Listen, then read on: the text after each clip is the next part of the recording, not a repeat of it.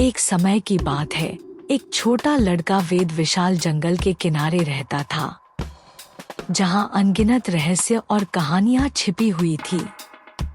वेद हमेशा से जानने को उत्सुक था कि उन घने पेड़ों के पीछे और जंगल की गहराई से आने वाली अजीब आवाजों के पीछे क्या छिपा है। उसे रोमांचक कहानियां पढ़ना बहुत पसंद था, लेकिन उसके दिल में अपनी खुद की कहानी लिखने की ख्वाहिश थी। एक दिन वेद को अपने दादाजी के पुराने संदूक में एक पुराना मुड़ा-तुड़ा नक्शा मिला। यह जंगल का नक्शा था, जिस पर अजीब से चिन्ह और निशान बने हुए थे। उत्सुकता से भरा वेद समझ गया कि अब उसके रोमांच की शुरुआत का समय आ गया है। उसने एक बैग में कुछ खाने का सामान, एक कंपास और दादाजी का पुराना चाकू लिया और अपनी यात्रा पर निकल पड़ा। जैसे ही उसने पहले पेड़ों की कतार पार की, दुनिया ही बदल गई। जंगल चहचहाते पक्षियों, शरारती बंदरों और पत्तों की सरसराहट से जीवंत हो उठा।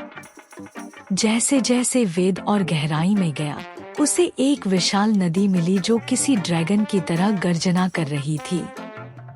लेकिन वेद निश्चयी था। उसे एक पुराना जर्जर लकड़ी का पुल दिखाई दिया जो किसी तरह अब तक टिका हुआ था। सावधानी से पुल पार करते हुए वेद का सामना एक शरारती बंदर से हुआ। वह बंदर तेज और चालाक था। उसने वेद का कंपास झपट लिया और पेड़ पर चढ़ गया। वेद जानता था कि वह बिना कंपास के जंगल में आगे नहीं बढ़ सकता, इसलिए उसने बंदर का पीछा किया।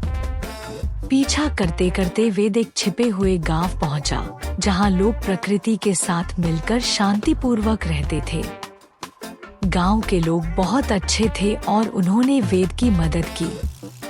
उन्होंने उसे बताया कि जंगल के भीतर एक प्राचीन मंदिर है, जिसे जगुआर मंदिर कहा जाता है, और उसके भीतर एक रहस्यमय चमकता हुआ पत्थर छिपा है।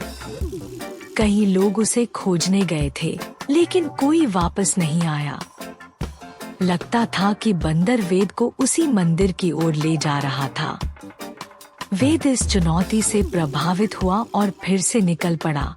इस बार गांव के कुछ युवा उसे रास्ता दिखाने के लिए उसके साथ थे। वे जंगल की गहराइयों में यात्रा करने लगे, जहां उन्हें जंगली जानवर, खतरनाक दलदल और रेत के गड्ढों का सामना करना पड़ा। लेकिन हर चुनौती के साथ वेद और बहादुर होता गया और उसने अपने नए दोस्तों से जंगल के कई रहस्यों को सीखा। आखिरकार वे मंदिर के प्रवेश द्वार तक पहुंच गए।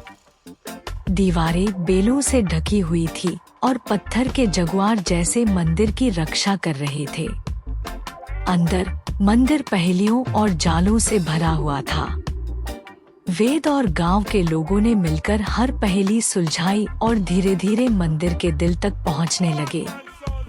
अंतिम कक्ष में उन्हें वह चमकता हुआ पत्थर मिला, जो जगुआर की मूर्तियों से घिरा हुआ था। जैसे ही वेद ने उस पत्थर को छुआ, जमीन हिलने लगी, मंदिर ढहने लगा। तुरंत समझदारी दिखाते हुए वेद ने पत्थर उठाया और तेजी से बाहर की ओर भागा। जैसे ही वह बाहर निकला, मंदिर उसके पीछे ध्वस्त हो गया। बाहर गांव के लोग खुशी से झूम उठे। वेद ने वह अद्भुत पत्थर खोज निकाला था और यह साबित कर दिया था कि वह एक सच्चा साहसी है।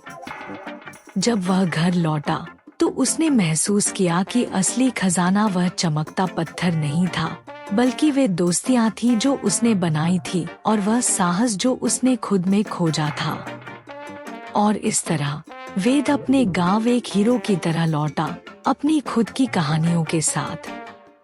लेकिन उसके दिल में उसे पता था कि यह उसकी रोमांचक यात्राओं की सिर्फ शुरुआत थी। जंगल में अभी भी कई रहस्य छिपे थे और वह उन्हें खोजने के लिए बेहद उत्सुक था। समाप्त।